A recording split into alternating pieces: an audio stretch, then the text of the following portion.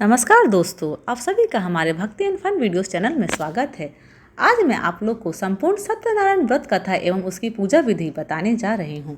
सत्यनारायण व्रत पूजन विधि। श्री सत्यदेव के पूजन का व्रत जिस दिन कथा सुनना चाहे उस दिन सवेरे स्नान करके भगवान सत्यनारायण, श्री कृष्ण, राम आदि को श्रद्धापूर्वक प्रणाम करें और चंदन, चावल, धूप, दीपादि से की पूजा कर व्रत का संकल्प लें।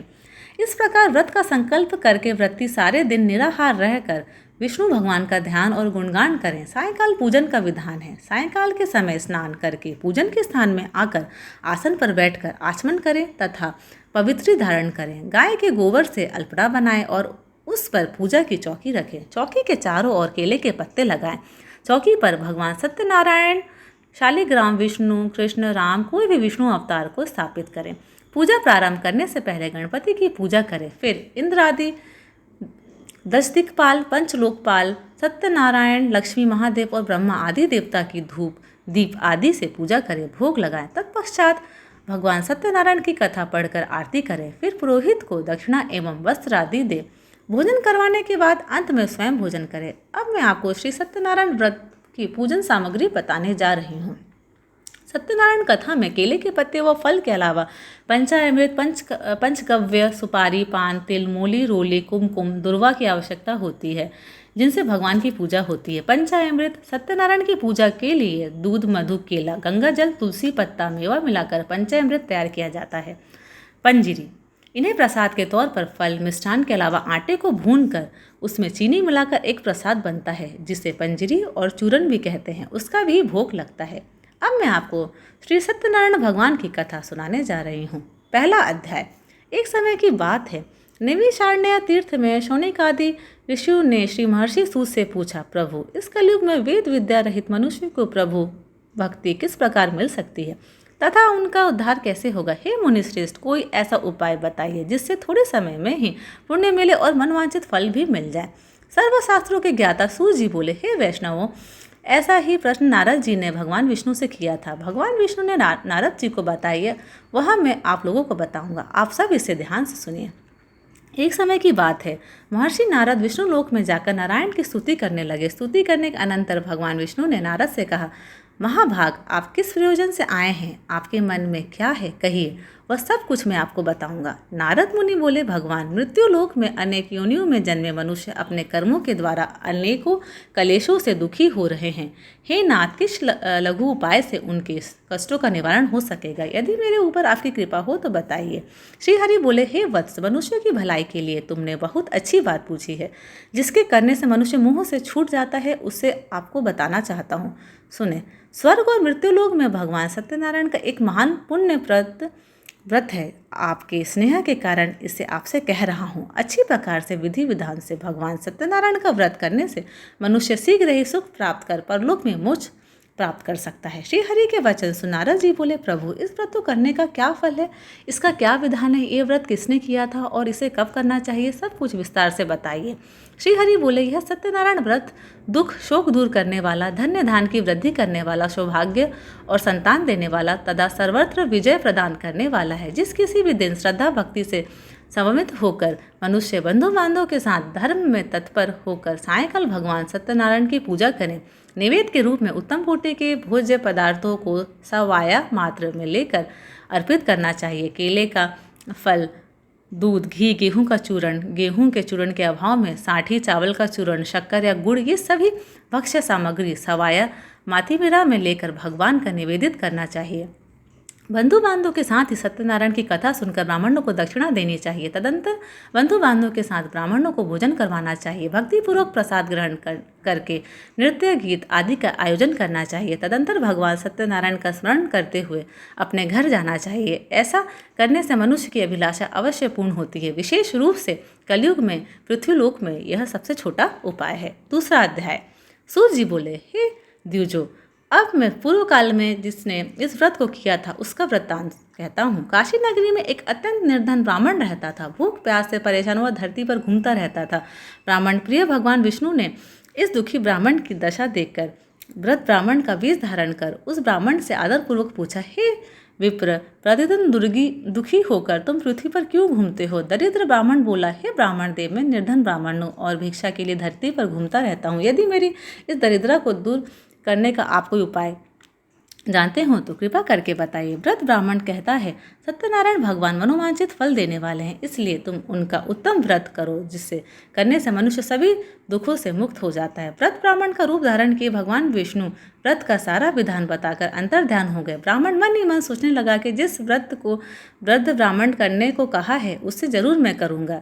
यह निश्चय करने के बाद उस रात में नींद नहीं आई। अगले दिन प्रातः काल उठकर सत्यनारायण भगवान के व्रत का निश्चय कर भिक्षा के लिए चला गया। उस दिन ब्राह्मण को शिक्षा में बहुत धन मिला, जिससे उसने बंधु बांधवों के साथ मिलकर श्री सत्यनारायण भगवान का व्रत किया। भगवान सत्यनारायण का व्रत करके वह निर्धन ब्राह्मण सभी दुखों से छूट गया और अनेक प्रकार की संपत्तियां से युक्त हो गया। सत्यनारायण भगवान के व्रत को जो मनुष्य करेगा वह सभी प्रकार के पापों से छूटकर मोक्ष को प्राप्त होगा। जो मनुष्य इस व्रत को करेगा यह भी सभी दुखों से मुक्त हो जाएगा। सूत जी बोले, भगवान विष्णु ने जो महात्म्य नारद जी से कहा था वह सब मैंने आपको कह दिया है, अब आगे क्या कहूँ?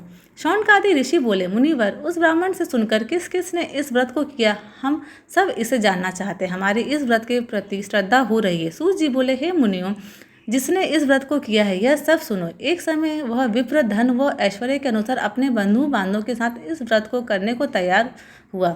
उसी समय एक लकड़हारा वहां आया और लकड़ियों बाहर रखकर अंदर ब्राह्मण के घर में गया।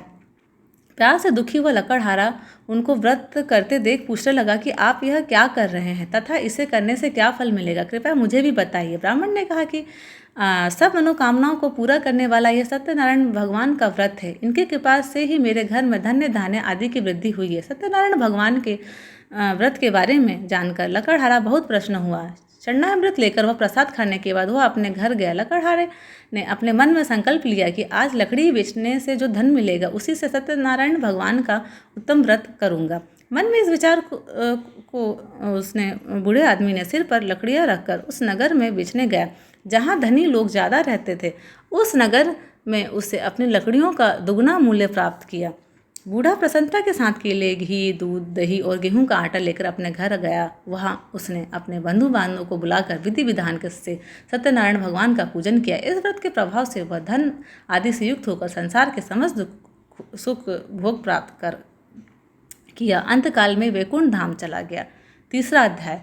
श्री सूत जी बोले, हे श्रेष्ठ मुनियों, अब आगे की कथा मैं सुनाता हूँ। पहले समय में उल्लामुख नाम का एक बुद्धिमान राजा था। वह सत्यवादी और जितेंद्रिय था।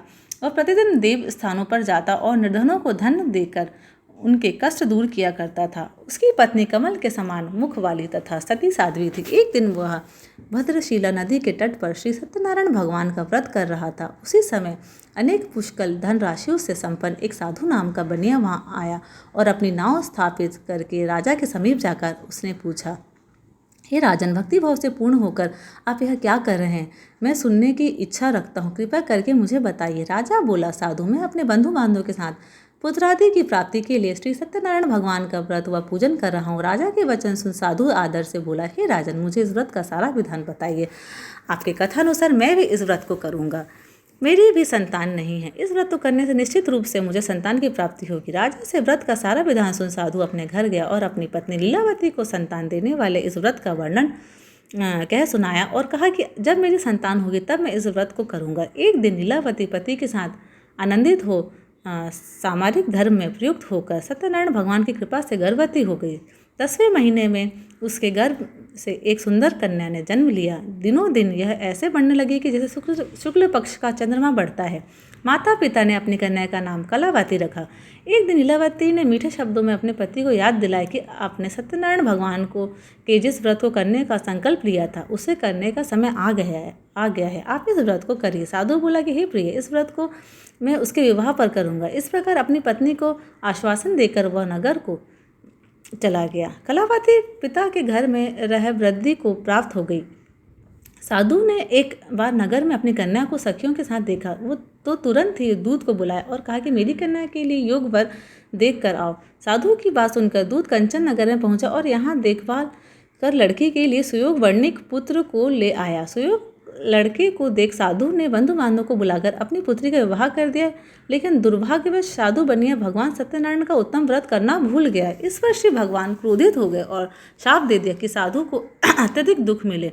अपने कार्य में कुशल साधु बनिया जमाई को लेकर समुद्र के पास स्थित होकर रत्नापुर नगर में गया। वहां जाकर दामाद ससुर दोनों मिलकर राजा चंद्रकेतु के रमणीय नगर में व्यापार करने लगे। एक दिन भग सत्यनारायण की माया से एक चोर राजा का धन चुराकर भाग रहा था। उसने राजा के सिपाहियों को अपना पीछा करते देख चुराया हुआ धन वहां रख दिया जहां साधु अपने जमाई के साथ ठहरा हुआ था। राजा के सिपाहियों ने साधु वेश्या के पास राजा का धन पड़ा देखा तो वह ससुर जमाई दोनों को बांधकर प्रसन्नता से राजा के पास ले गए और कहा कि उन दोनों चोरों को हमने पकड़ लिया है, आप आगे की कार्यवाही करें। राजा की आज्ञा से उन दोनों को कठिन कारावास में डाल दिया गया और उनका सारा धन भी उनसे छीन लिया गया। सत्यनारायण भगवान से शाप से साधु की पत्नी भी बहुत दुखी हुई। घर में जो धन रखा था उसे चोर चुरा ले गए। शारीरिक तथा मानसिक पीड़ा व भूख प्यास से अति दुख हो अन्न की चिंता में कलावती के ब्राह्मण के घर गई।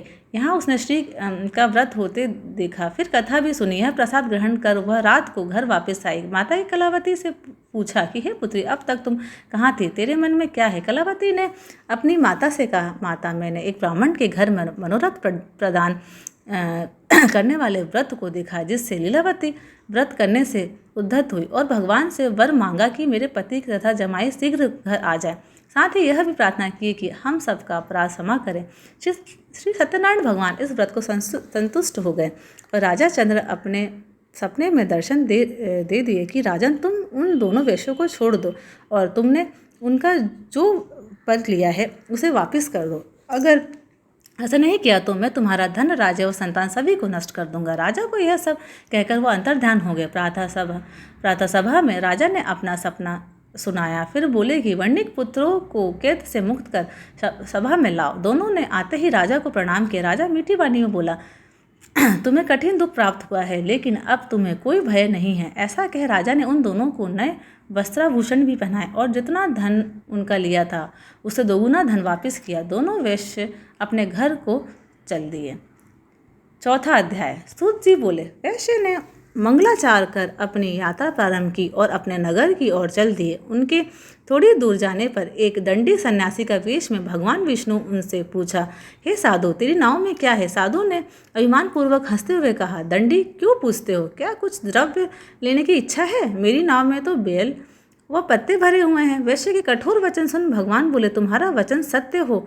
दंडी ऐसे वचन कह कुछ दूर जाकर समुद्र के किनारे बैठ गए। दंडी के जाने के बाद साधु वैश्य ने नित्य क्रिया के पश्चात नाव को देखकर आश्चर्य में पड़ गया। नाव में बेल पत्ते आदि देख वह मूर्छित हो जमीन पर गिर पड़ा। सचेत होने पर अत्यंत शोक में डूब गया।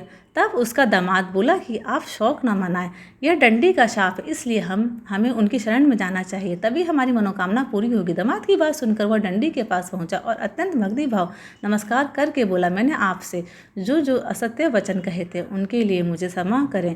ऐसा कहकर महान शोकातुर वो रोने लगा। तब दंडी भगवान बोले, वर्णिक पुत्र, मेरी आज्ञा से बार बार तुम्हें दुख प्राप्त हुआ है। साधु बोला, हे भगवान, आपकी माया से ब्रह्मा आदि देवता भी आपके रूप को नहीं जानते, तब मैं अज्ञानी कैसे जान सकता हूँ? आप प्रश्न हो जाइए। अब मैं सामर्थ्य के अनुसार आपकी पूजा करूँगा। मेरा नौका में स्थित जो धन है उसकी तथा मेरी रक्षा कीजिए। भगवान विष्णु वैश्य के भक्तिपूर्वक वचन सुनकर प्रश्न हो गए और उसकी इच्छानुसार वरदान देकर अंतर्ध्यान हो गए। ससुर जमाई नाव पर आए तो नाव धन से भरी हुई थी। फिर वहीं अपने अन्य साथियों के साथ सत्यनारायण भगवान का पूजन कर अपने नगर की ओर चल दिए। जब नगर के नज़दीक पहुंचे तो दूत को घर पर खबर करने के लिए भेज दिया। दूत साधु की पत्नी को प्रणाम कर कहता है कि मालिक अपने दामाद सहित नगर के निकट आ गए हैं। दूत की बात सुन साधु की पत्नी लीलावती ने बड़े हर्ष के साथ सत्यनारायण भगवान का पूजन कर अपनी पुत्री कलावती से कहा कि मैं अपने पति के दर्शन को जाती हूँ, तो कार्य पूर्ण कर आ जा।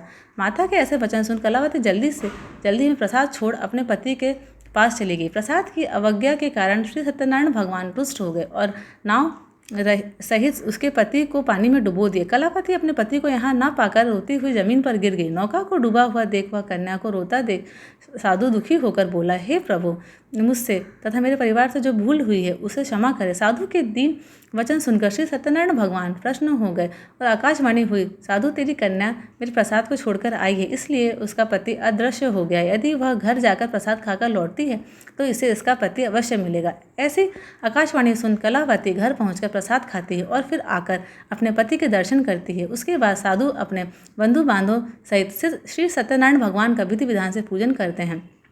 इस लोक का सुख भोग वह अंत में स्वर्ग जाता है। 5वां अध्याय। सूत जी बोले, ऋषि मैं और एक कथा सुनाता हूँ, उसे भी ध्यानपूर्वक सुनो।